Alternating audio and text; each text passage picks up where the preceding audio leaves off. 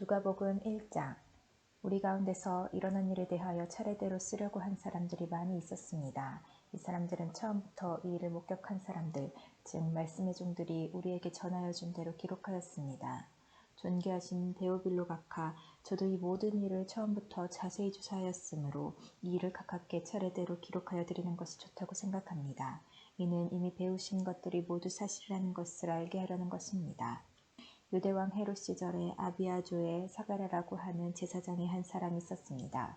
그의 아내는 아론 가문의 딸로 이름은 엘리사벳이었습니다. 이들은 하나님 앞에서 의로운 사람이었습니다. 이들은 하나님의 모든 계명과 법도를 흠잡을 데 없을 정도로 잘 지켰습니다. 그런데 이들에게는 자식이 없었습니다. 엘리사벳은 임신할 수 없는 여자였고 두 사람 모두 너무 나이가 많았습니다. 사가랴가 자기 주의 차례가 되어서 하나님 앞에서 제사장으로 일하고 있을 때 제사장 임무를 맡는 관례를 따라 제비를 뽑았습니다. 사가랴가 주님의 성전에 들어가 향을 피우는 사람으로 뽑혔습니다.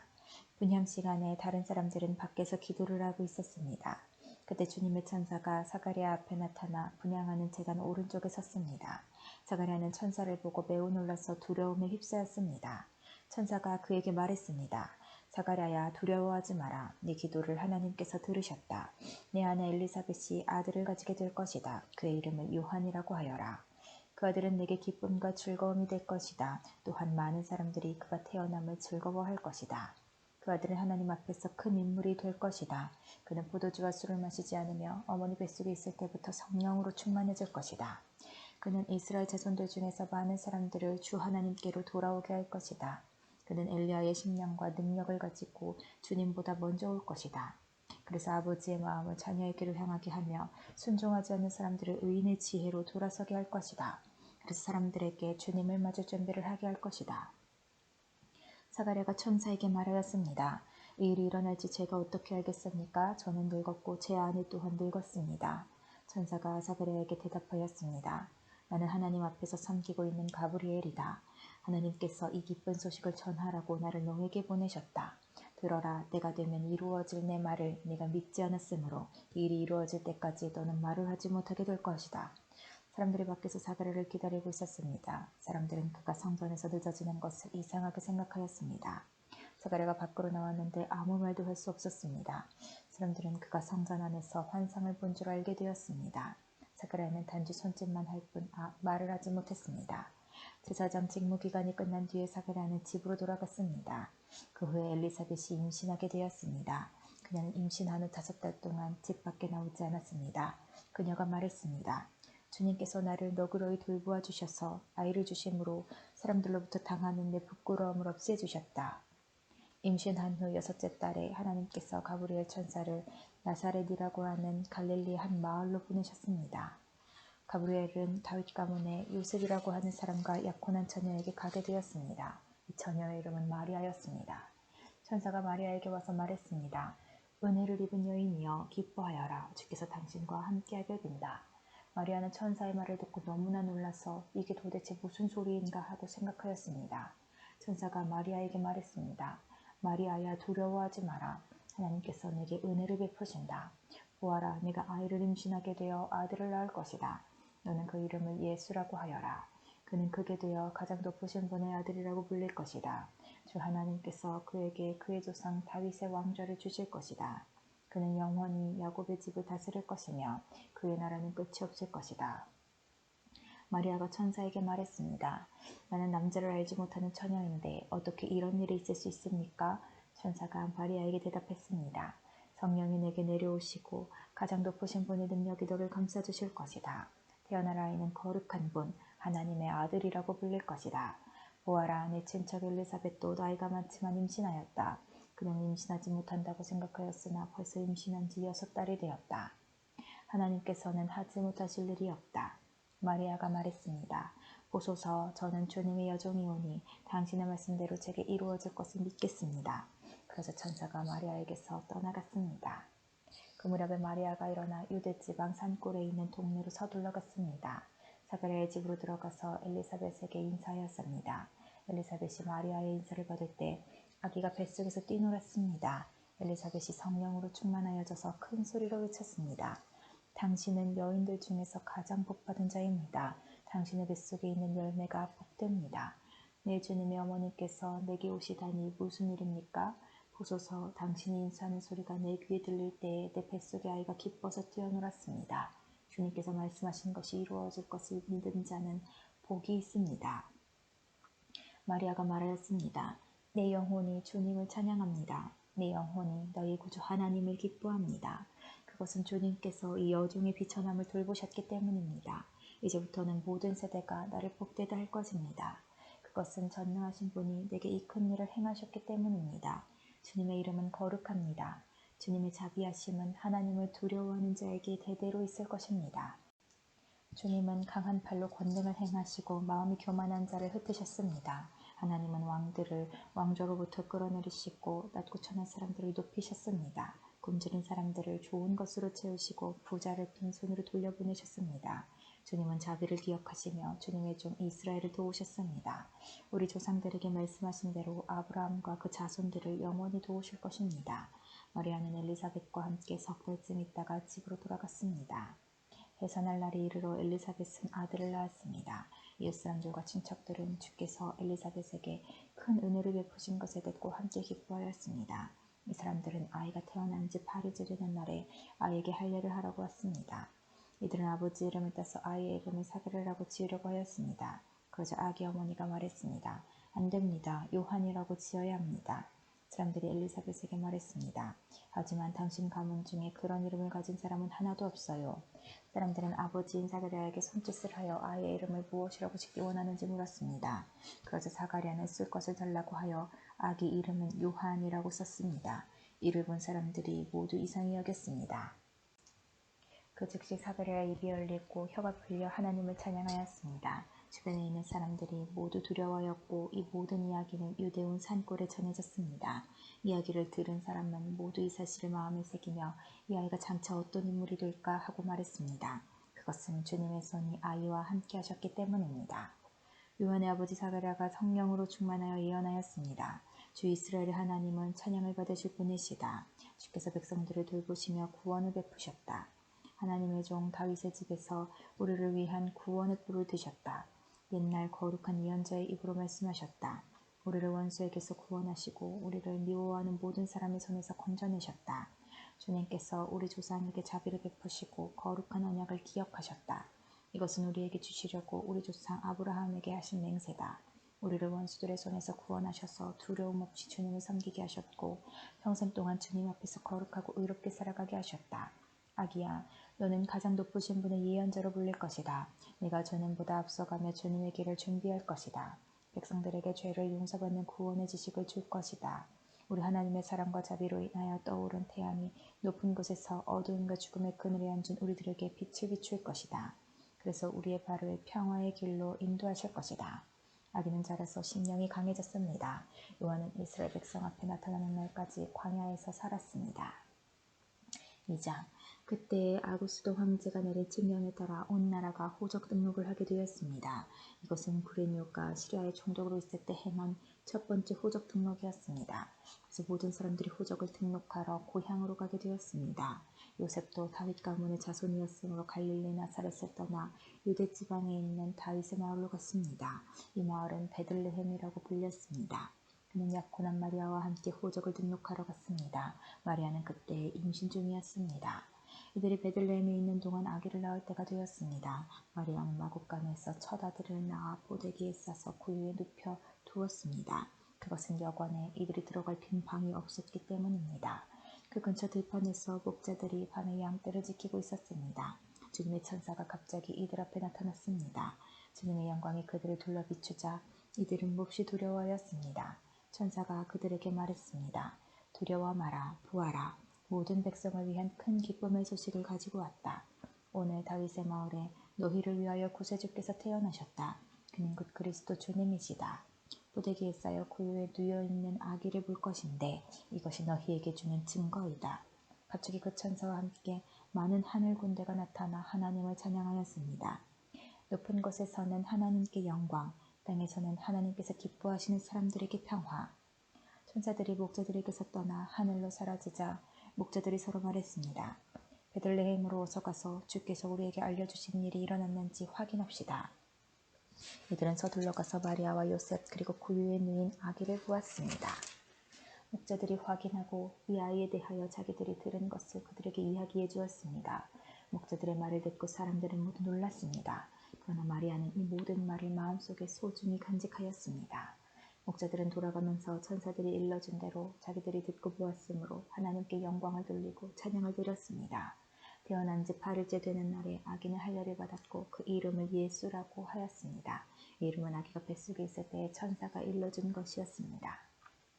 모세의 율법에 따라 정결 예수를 치르는 때가 되었습니다. 마리아와 요셉은 예수님을 하나님께 드리려고 예루살렘으로 데리고 올라갔습니다. 이것은 주님의 율법에 다음과 같이 기록되어 있기 때문입니다. 첫 번째 태어나는 모든 남자아이는 하나님께 거룩한 자로 불릴 것이다. 또 마리아와 요셉은 비둘기 2마리나 어린 집비둘기 2마리를 드려야 한다고 기록된 하나님의 율법에 따라 희생제물을 바치려고 예루살렘에 올라간 것입니다. 예루살렘에 시므온이라는 한 사람이 있었습니다. 이 사람은 의롭고 경건한 사람으로서 하나님께서 이스라엘을 위로하실 때를 기다리고 있었습니다. 성령께서 이 사람과 함께 하셨습니다. 성령께서 시므온에게 주 그리스도를 보기 전에는 결코 죽지 않을 것이라는 계시를 주셨습니다. 시므온은 성령으로 충만해져서 성전으로 왔습니다. 마침 마리아와 요셉이 율법의 규정대로 행하기 위해 어린 예수님을 성전으로 데리고 왔습니다. 시므온이 아이를 발에 안고 하나님께 찬양하였습니다. 주님, 이제 주님의 종을 주님의 말씀대로 평화롭게 떠날 수 있게 하셨습니다. 제 눈으로 주님의 구원하심을 보았습니다. 주님께서 이 구원을 모든 백성들 앞에 마련해 주셨습니다. 이는 이방 사람들에게는 계시의 빛이며 주님의 백성 이스라엘에게는 영광입니다. 예수님의 아버지와 어머니는 시므온이 예수님에 대하여 말하는 것을 듣고 매우 놀랐습니다. 시므온은 그들을 축복하고 아이의 어머니 마리아에게 말했습니다. 이 아이는 이스라엘의 많은 사람들을 넘어지게도 하고 일어서게도 할 것입니다. 또한 사람들의 비난을 받는 표적이 될 것입니다. 이 일 때문에 많은 사람들의 마음에 있는 생각이 드러날 것입니다. 그러나 당신의 마음은 칼로 쪼개듯이 아플 것입니다. 또 여자 예언자가 있었습니다. 이 사람은 아셀 지파의 바누엘의 딸인 안나였습니다. 그녀는 나이가 많았습니다. 결혼하고 7년 동안을 남편과 살았는데 그 후로 과부가 되어 84세가 되었습니다. 그동안 한 번도 성전을 떠나지 않고 밤낮으로 금식과 기도를 하여 하나님을 섬겼습니다. 바로 그때 그녀가 와서 하나님께 감사를 드리고 예루살렘의 구원을 기다리는 사람들에게 이 아이에 대해 이야기하였습니다. 아이는 주님의 율법에 따라 모든 일을 다 마치고 갈릴리에 있는 고향 나사렛으로 돌아왔습니다. 아이는 점점 자라고 튼튼해졌으며 지혜도 많아졌습니다. 하나님의 은혜가 아이와 함께하였습니다. 해마다 6월절이 되면 예수님의 부모는 예루살렘으로 올라갔습니다. 예수님이 12살이 되었을 때에도 6월절 관습을 따라 예루살렘으로 올라갔습니다. 6월절이 끝나고 집으로 돌아오는데 소년 예수님은 예루살렘에 남아 있었습니다. 하지만 부모들은 이 사실을 몰랐습니다. 단지 그들은 예수님이 일행들 속에 있을 것으로만 생각하고 있었습니다. 그렇게 하루 정도 길을 간 후 요셉과 마리아는 예수님을 친척들과 친지들 가운데서 찾기 시작했습니다. 그러나 예수님을 발견하지 못하자 예수님을 찾으러 다시 예루살렘으로 되돌아갔습니다. 3일 뒤에 그들은 성전에서 예수님을 발견하였습니다. 예수님은 성전에서 율법학자들 사이에 앉아서 듣기도 하고 묻기도 하면서 계셨습니다. 그의 얘기를 듣는 모든 사람들이 예수님의 슬기와 대답에 놀라워했습니다. 예수님의 부모도 그를 보고는 매우 놀랐습니다. 어머니가 말했습니다. 아들아, 왜 이렇게 하였느냐? 네 아버지와 내가 걱정하며 너를 찾아다녔다. 그때 예수님께서 대답했습니다. 왜 저를 찾으셨습니까? 제가 아버지 집에 있어야 할 것을 모르셨습니까? 그러나 그들은 예수님이 하신 말씀을 이해하지 못했습니다. 예수님은 부모와 함께 나사렛으로 내려갔습니다. 그리고 부모에게 순종하였습니다. 마리아는 이 모든 일들을 마음속에 간직해 두었습니다. 예수님은 지혜와 키가 더욱 자랐고 하나님과 사람들로부터 사랑을 받았습니다. 3장 디베르 황제가 다스린 지 15년째 되던 해에 본디오 빌라도가 유대의 총독이 되었고 헤롯이 갈릴리의 분봉왕이었습니다. 또한 헤롯의 동생 빌립은 이두레와 드라고니 지방의 분봉왕이었고 루사니아는 아빌레니의 분봉왕이었습니다. 안나스와 가야바가 대제사장으로 있을 때에 하나님의 말씀이 광야에 있는 사가랴의 아들 요한에게 내렸습니다. 그는 요단강가의 모든 지역으로 다니면서 죄를 용서받게 하려고 회개의 세례를 전파하였습니다. 이것은 예언자 이사야의 책에 기록된 대로입니다. 광야에서 외치는 사람의 소리가 있다. 주님의 길을 예비하여라. 그분의 길을 곧게 하여라. 모든 골짜기가 메워질 것이고 모든 산과 언덕이 낮아질 것이다. 굽은 길은 곧게 펴질 것이고 험한 길은 평탄해질 것이다. 그리고 모든 사람들이 하나님의 구원을 볼 것이다. 요한은 자기에게 세례를 받으려고 온 많은 사람들에게 말했습니다. 너희 독사의 자식들아, 누가 너희에게 다가오는 하나님의 진노를 피하라고 경고해 주었느냐? 그러므로 너희는 회개에 알맞은 열매를 맺어라. 너희는 속으로 아브라함이 우리의 아버지이다 라고 말하지 마라. 내가 말한다. 하나님은 이 돌로도 아브라함의 자녀를 만드실 수 있다. 도끼가 이미 나무뿌리에 놓여 있다. 그러므로 좋은 열매를 맺지 못하는 모든 나무는 잘려서 불 속에 던져질 것이다. 사람들이 요한에게 물었습니다. 그러면 우리가 어떻게 해야 합니까? 요한이 그들에게 대답했습니다.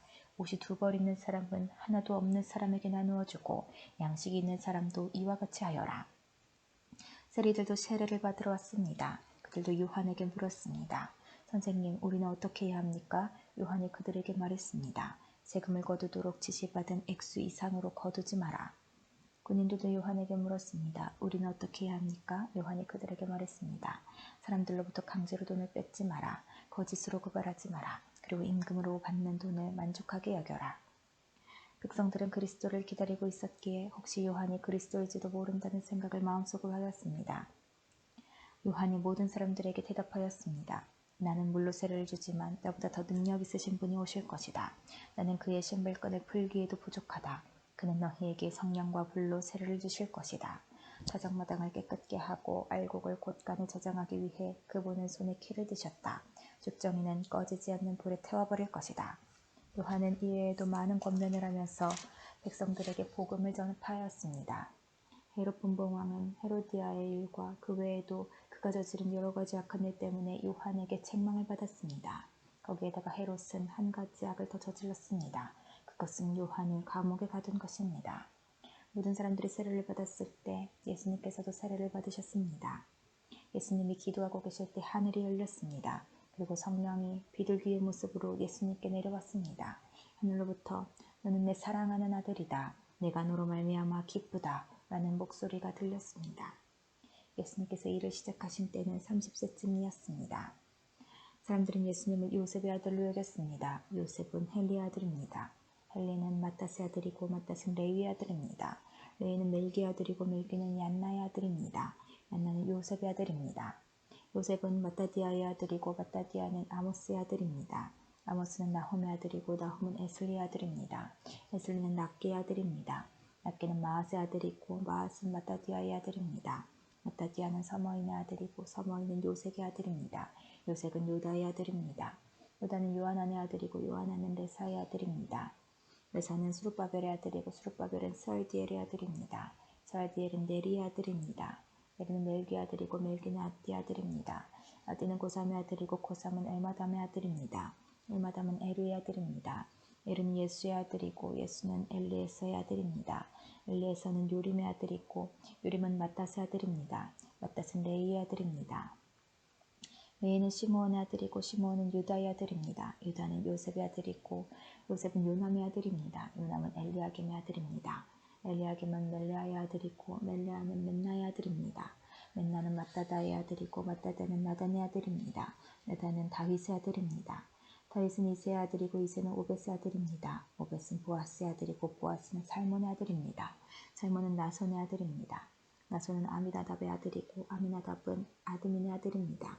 아드민은 아니의 아들이고 아니는 헤스론의 아들입니다. 헤스론은 베레스의 아들이고 베레스는 유다의 아들입니다. 유다는 야곱의 아들이고 야곱은 이삭의 아들입니다. 이삭은 아브라함의 아들이고 아브라함은 데라의 아들입니다. 데라는 나홀의 아들입니다. 나홀은 스룩의 아들이고 스룩은 루우의 아들입니다. 루우는 벨렉의 아들이고 벨렉은 헤보의 아들입니다. 헤보는 살라의 아들입니다. 살라는 가이난의 아들이고 가이난은 아박삿의 아들입니다. 아박삿은 셈의 아들이고 셈은 노아의 아들입니다. 노아는 레멕의 아들입니다. 레멕은 무두셀라의 아들이고 무두셀라는 에녹의 아들입니다. 에녹은 야렛의 아들이고 야렛은 마할랄렐의 아들입니다. 마할랄렐은 가이난의 아들입니다. 가이난은 에노스의 아들이고 에노스는 셋의 아들입니다. 셋은 아담의 아들이고 아담은 하나님의 아들이었습니다. 4장 예수님께서 성령에 충만하여 요단강에서 돌아오셨습니다. 그리고 성령에 이끌려 광야로 가셨습니다. 그리고 40일 동안 마귀에게 시험을 받으셨습니다. 그동안에 아무것도 드시지 않아 그 기간이 끝났을 때 배가 매우 고프셨습니다. 마귀가 예수님께 말했습니다. 만약 당신이 하나님의 아들이거든 이 돌을 빵으로 만들어 보시오. 예수님께서 대답하셨습니다. 성경에 사람이 빵으로만 살 것이 아니다 라고 쓰여 있다. 마귀는 예수님을 데리고 세계의 모든 나라들을 보여주었습니다. 마귀가 말했습니다. 내가 이 모든 권세와 영광을 주겠소. 이것은 모든에게 넘어온 것이니 내가 원하는 사람에게 줄 수 있소. 내게 엎드려 절하면 이 모든 것이 당신의 것이 될 것이오. 예수님께서 대답하셨습니다.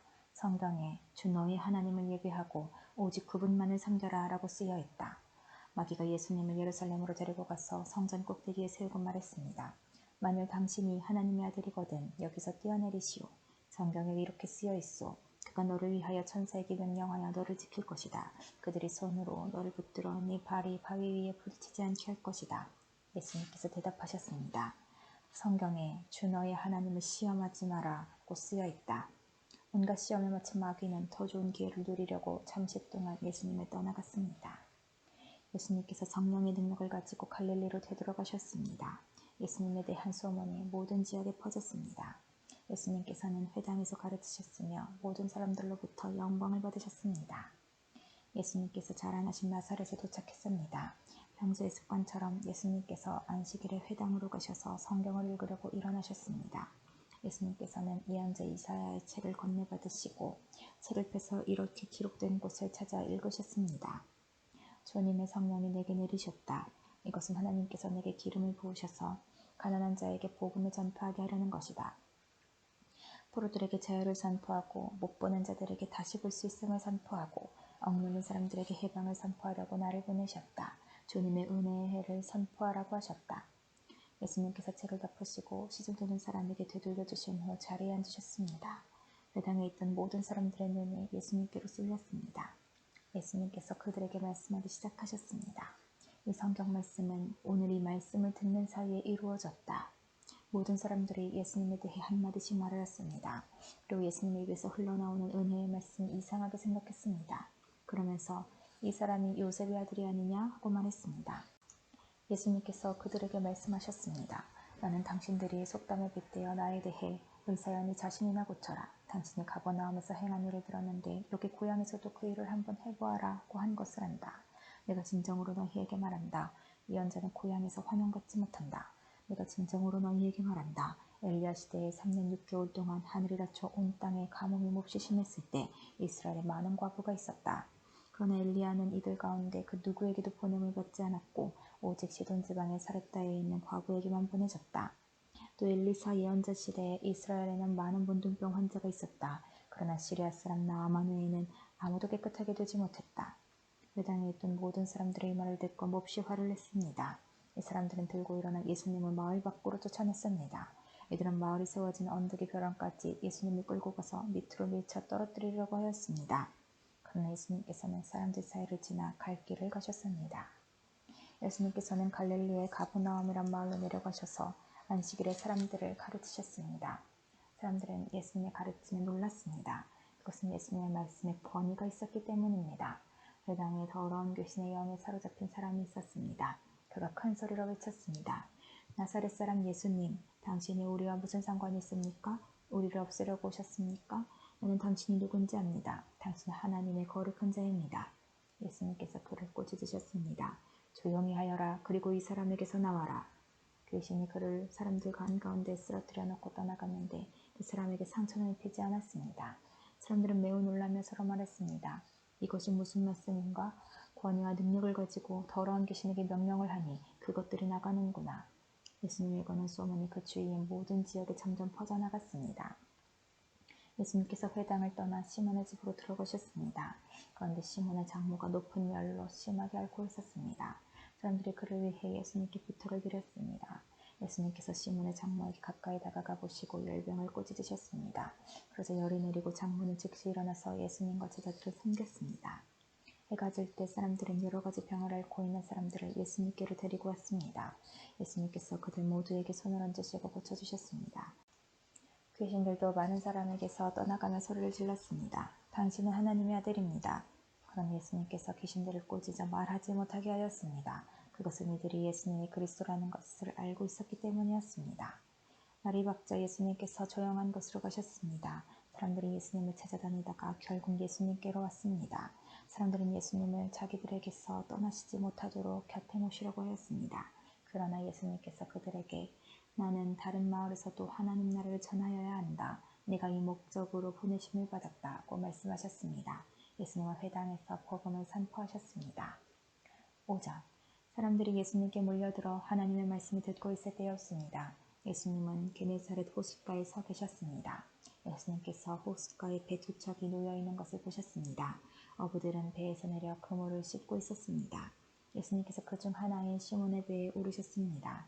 예수님께서 시몬에게 배를 육지로부터 조금 떼어놓으라고 하시고 배에 앉으셔서 사람들을 가르치셨습니다. 말씀을 다 마치시고 예수님께서 시몬에게 말씀하셨습니다. 깊은 데로 가서 그물을 내려 고기를 잡으라. 시몬이 대답하였습니다. 선생님, 우리가 밤새도록 수고하였지만 아무것도 잡지 못했습니다. 그러나 선생님의 말씀대로 그물을 내리겠습니다. 그대로 하니 그물이 찢어질 정도로 많이 잡게 되었습니다. 그래서 다른 배에 있는 동료들에게 손짓을 하여 도와달라고 하였습니다. 그들이 와서 고기를 2배에 가득 채우니 배가 가라앉을 지경이었습니다. 시몬 베드로가 이것을 보고 예수님의 무릎 앞에 엎드려 말했습니다. 주님, 제게서 떠나주십시오. 저는 죄인입니다. 베드로와 그와 함께 있던 동료들은 자신들이 잡은 고기를 보고 놀랐던 것입니다. 제베데의 아들이면서 시몬의 동료인 야고보와 요한도 놀랐습니다. 예수님께서 시몬에게 말씀하셨습니다. 두려워하지 마라. 이제부터 너는 사람을 낚을 것이다. 그들은 육지에 배를 댄 후 모든 것을 버려두고 예수님을 따라갔습니다. 예수님이 어떤 동네에 계실 때 온몸에 문둥병이 걸린 사람이 있었습니다. 그가 예수님을 보고 머리를 숙여 간청하였습니다. 주님이 원하시면 저를 깨끗하게 하실 수 있습니다. 예수님께서 손을 내밀고 그에게 드시며 말씀하셨습니다. 내가 원한다. 깨끗하게 되어라. 그 즉시 문둥병이 그에게서 사라졌습니다.